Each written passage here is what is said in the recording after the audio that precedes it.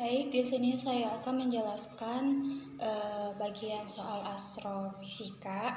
Pada tugas ini melakukan simulasi jatuh bebas kapsul satelit Garuda 1 dari ketinggian 100 meter menggunakan metode numerik.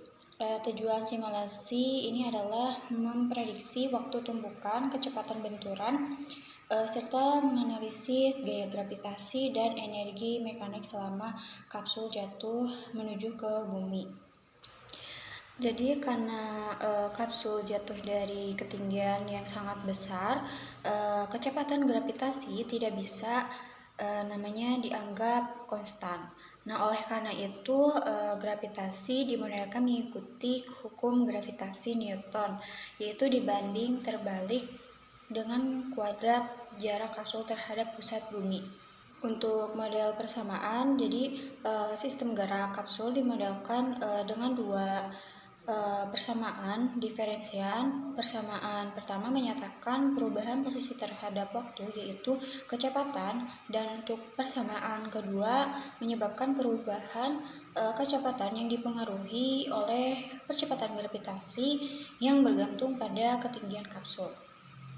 Untuk metode numerik, simulasi dilakukan menggunakan dua metode numerik, yaitu metode Euler dan metode Runge-Kutta 4 atau RK4 dengan stop size 0,5 detik. Metode Euler digunakan sebagai membanding karena lebih sederhana, sedangkan RK4 digunakan sebagai metode utama karena lebih akurat dan stabil. Untuk menentukan waktu tumbukan, waktu tepat kapsul menyentuh permukaan bumi digunakan metode bisection. Metode ini mencari waktu ketika ketinggian kapsul bernilai 0 dengan memperkecil internal waktu secara iteratif. Untuk gaya gravitasi rata-rata, selain itu gaya gravitasi dialami kapsul dihitung sebagai fungsi waktu. Nah, nilai gaya gravitasi rata-rata selama proses jatuh dihitung menggunakan metode integrasi numerik trapezoid. Untuk validasi energi mekanik, sebagai validasi simulasi energi mekanik dihitung menggunakan metode RK4. Karena tidak ada gaya non-konservatif, energi mekanik seharusnya konstan. Grafik energi mekanik yang horizontal menunjukkan bahwa metode RK4 bekerja dengan baik dan hasil simulasi valid. Dari hasil simulasi diperoleh waktu tumbukan sekitar 140 detik dengan kecepatan benturan yang sangat besar. Metode RK4 terbukti lebih akurat dibandingkan metode Euler, dan simulasi berhasil mengabarkan pengaruh gravitasi nonlinier terhadap gerak kapsul satelit. Demikian penjelasan singkat jatuh bebas kapsul satelit Garuda 1. Terima kasih. Wassalamualaikum warahmatullahi wabarakatuh. Baik, selanjutnya yang akan dijelaskan oleh saya yaitu Selamat Yambiani dengan NIM 123-763-6601. Di sini saya akan menjelaskan pada bagian bab 2 model fisika dan matematika. Pada bagian ini, gerak kapsul satelit dimodelkan sebagai gerak jatuh bebas atau gerak jatuh bebas satu dimensi vertikal yang hanya dipengaruhi oleh gaya gravitasi bumi. Karena ketinggian awal kapsul mencapai 100 km, percepatan gravitasi tidak dianggap konstan, melainkan bergantung pada jarak kapsul terhadap pusat bumi sesuai hukum gravitasi Newton. Dari hukum 2 Newton diperoleh persamaan percepatan non-linear yang kemudian diubah menjadi sistem persamaan diferensial orde 1 untuk posisi dan kecepatan. Sistem persamaan ini menjadi dasar perhitungan numerik menggunakan metode Euler sebagai pendekatan sederhana dan metode Runge-Kutta orde 4 sebagai metode dengan akurasi lebih tinggi. Lanjut pada bagian solusi analitik. Sebagai pembanding hasil numerik, solusi analitik diturunkan menggunakan pendekatan energi mekanik karena sistem bersifat konservatif dan hambatan udara diabaikan. Dengan menerapkan hukum kekekalan energi, diperoleh hubungan kecepatan kapsul sebagai fungsi ketinggian. Dari solusi ini, kecepatan benturan saat kapsul mencapai permukaan bumi dapat dihitung secara eksak. Nilai kecepatan benturan yang diperoleh adalah sekitar 1,39 kali 10 pangkat 3 meter per sekon, yang sama dengan hasil simulasi metode Euler dan R4. Kesesuaian ini menunjukkan bahwa model fisika digunakan benar serta metode numerik khususnya R4 mampu merepresentasikan dinamika sebagai dinamika gravitasi secara akurat. Saya Nabila Zakia Sugara. Di sini saya akan menjelaskan mengenai bab 3 pada metodologi komputasi. Nah, di sini itu untuk soalnya dia bergantung pada astrofisika, di mana soal ini misi penyelamatan kapsul satelit dari Garuda 1. Jadi soal ini tuh diminta untuk mensimulasikan gerak jatuh bebasnya dari sebuah kapsul dari ketinggian 100 km hingga 1000 atau 1000 meter. Nah, nanti hingga menyentuh bumi pada saat y-nya sama dengan 0. Nanti perbedaannya ini dengan jatuh bebas itu biasanya gravitasinya itu tidak konstan atau g-nya itu berubah seiring ketinggiannya. Dapat dilihat soalnya pada layar di sebelah kanan ini.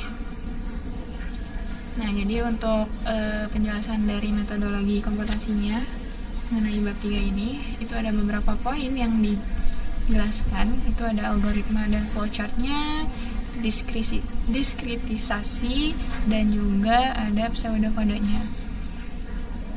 Nah, untuk algoritmanya sendiri, prosedur numeriknya ini untuk memprediksi lintasan jatuh bebas kapsul satelit dari Garuda yang dijalankan dengan menggunakan beberapa langkah. Di sini memasukkan parameter awalnya, di mana nilai konstan gravitasi G-nya ini itu sama dengan 6,674 dikali 10⁻11. Terus massa buminya yaitu M sama dengan 5,972 dikali 10 pangkat 24, dan jari-jari buminya ini atau R 6,371 dikali 10 pangkat 6. Kemudian ketinggian awalnya yaitu Y0 itu 100.000 meter. Dan ukuran langkah waktunya itu delta T sama dengan 0,5 detik, yang ditetapkan nanti akan dimasukkan ke dalam kode programnya.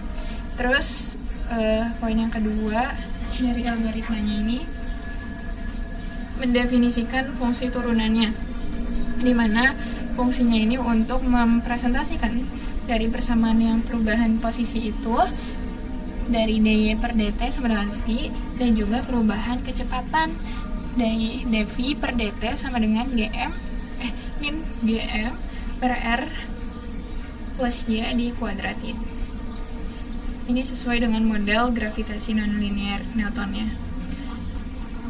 Terus menghitung nilai posisi dan kecepatan. Jadi iterasinya ini dilakukan menggunakan metode Euler dan juga Runge-Kutta 4. Nah, untuk memperbarui nilai y dan juga v-nya di setiap langkah waktu hingga menyentuh tanah, atau y kurang dari 0. Terus mencari waktu pendaratan presisinya, dimana dengan menggunakan metode bisection saat si kondisi y-nya ini kurang dari 0. Apabila dia terpenuhi, nanti dia akan menentukan si detik tepat kapsul yang menghantam dari permukaan bumi itu. Nah, terus menghitung rata-rata gaya gravitasinya, dimana seluruh data gaya gravitasinya ini yang dialami ini selama jatuh di integrasi.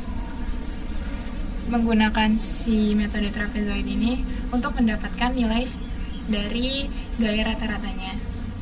Terus menampilkan hasil, jadi hasilnya sendiri nanti dia akan menampilkan nilai waktu jatuh totalnya, kecepatan benturan, serta visualisasi dari grafik lintasan Y terhadap T itu, dan juga grafik energi mekaniknya. Nanti bisa diperlihat di bagian lampiran mengenai kode. Terus untuk hasilnya dari grafiknya sendiri, datanya itu ada di bab 4. Nanti akan dijelaskan oleh rekan saya selanjutnya. Habis itu, ini untuk flowchartnya, dimana flowchartnya ini awalnya dimulai, kemudian memasukkan parameter yang tadi GMR, Y0, V0, dan juga DT, terus nanti didefinisikan dengan persamaan PdB, gravitasi dari Newtonnya sendiri. Terus menghitung posisi dan juga kecepatannya menggunakan metode Euler dan juga RK4. Nah, dicek apakah Y-nya ini kurang dari 0. Kalau misalnya tidak, dia akan mengulang kembali ke proses menghitung posisi dan juga kecepatan dengan menggunakan dua metode tadi, Euler dan juga RK4. Kalau misalkan dia udah kurang dari 0 atau iya, nanti dia akan mencari waktu tepatnya dengan menggunakan metode bisection. Terus habis itu dihitung rata-rata gayanya dengan menggunakan trapezoid. Baru deh nanti ada tampilan hasilnya, di mana tampilan hasilnya itu mengenai grafik lintasannya dan juga energi mekaniknya. Nah, untuk diskritisasinya sendiri, poin yang kedua ini, di mana proses diskritisasi ini mengubah persamaan diferensial kontinu menjadi diskrit berdasarkan selang waktunya, yaitu delta T sama dengan 0,5 detik, nanti diproses secara komputasi.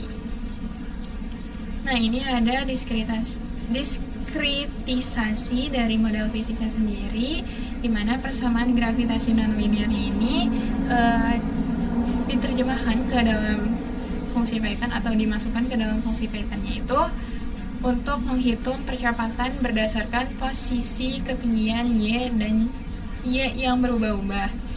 Terus dari metode Eulernya sendiri, itu pendekatan posisinya dilakukan dengan rumus Yn plus 1 sama dengan Yn plus delta T dikali Vn, di mana nilainya ini diprediksi melalui satu titik kemiringan pada langkah awalnya. Kemudian ada diskritisasi dari metode RK4 ini. Nah, di pendekatannya ini dilakukan dengan membagi satu langkah dari delta T-nya ini menjadi 4 parameter kemiringan, yaitu ada K1, K2, K3, dan juga K4 untuk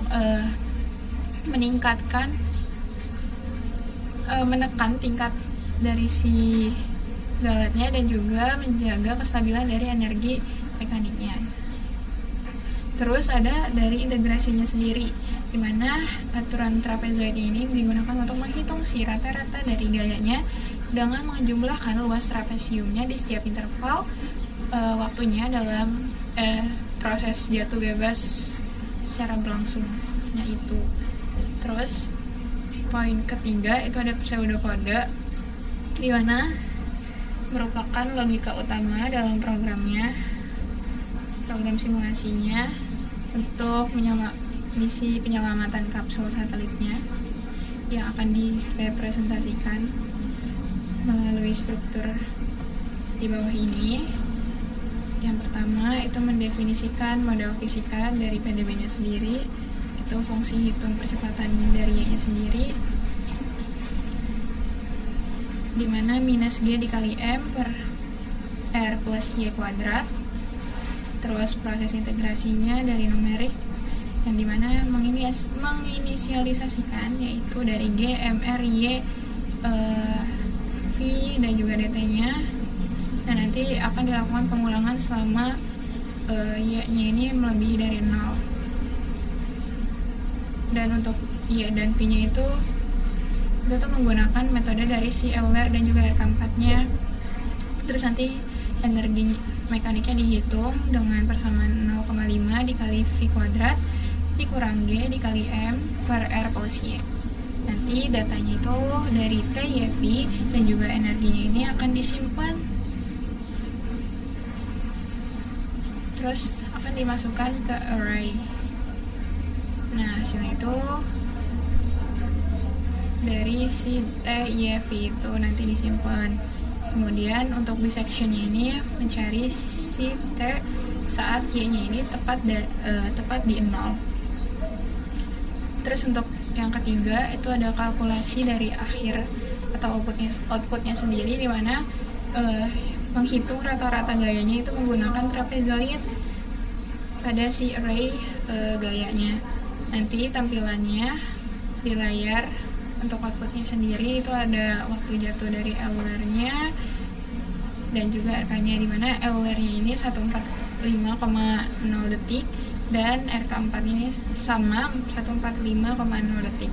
Untuk kecepatan benturannya dari Euler-nya itu 1394,49 meter per second, dan dari RK-nya itu sama 1394,64 milisecond. Gak jauh beda hasil angka belakangnya.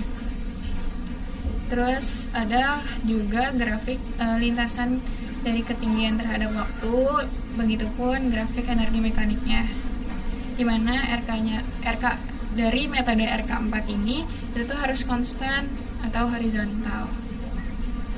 Nanti untuk hasilnya dapat dilihat di bagian lampiran, dan berupa grafiknya itu ada di bagian, mungkin ada di lampiran atau nanti akan dijelaskan oleh rekan saya di bagian hasil dan pembahasan. Baik, saya Tiara Agustina Maharani, NIM 12370300007. Di sini saya akan menjelaskan mengenai pembahasan pada laporan. Mungkin langsung saja, berdasarkan pada grafik lintasan jatuh bebas kapsul satelit, terlihat bahwa ketinggian kapsulnya ini menurun secara non-linear terhadap waktu, baik Euler ataupun RK4. Jadi pada awal proses jatuh, penurunan ketinggian itu terjadi relatif lambat, kemudian semakin cepat seiring kapsulnya mendekati permukaan bumi. Hal ini menunjukkan bahwa pengaruh gaya gravitasi semakin besar ketika jarak kapsul terhadap pusat buminya itu berkurang, sesuai dengan hukum gravitasi Newton. Kemudian hasil perhitungan menggunakan metode Euler dan RK4 ini menunjukkan pola lintasan yang serupa, di mana kapsul ini mencapai permukaan bumi pada waktu sekitar 145 detik. Namun pada metode RK4 ini menghasilkan grafik yang lebih halus dan stabil dibandingkan pada grafik Euler. Kemudian untuk perhitungan numerik,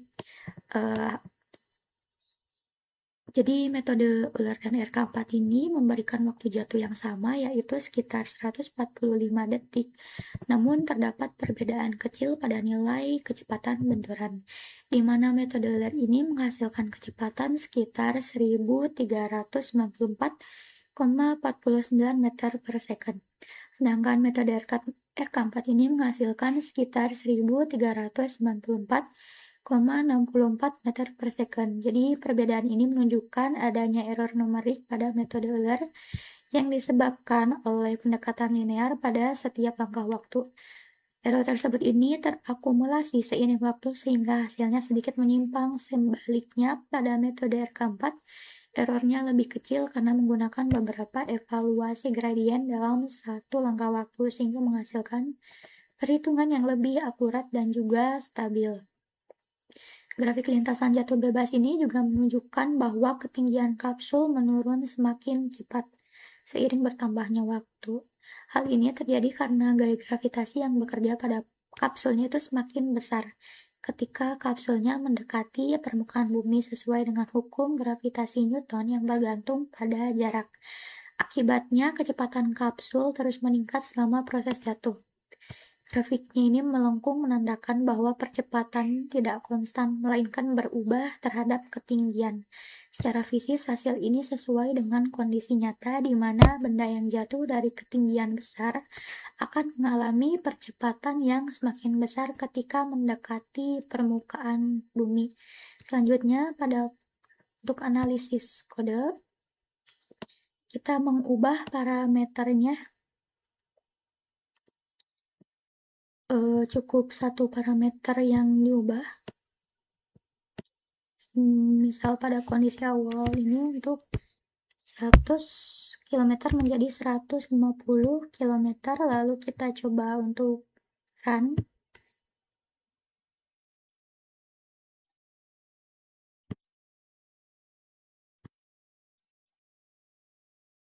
Didapat grafiknya sebagai berikut.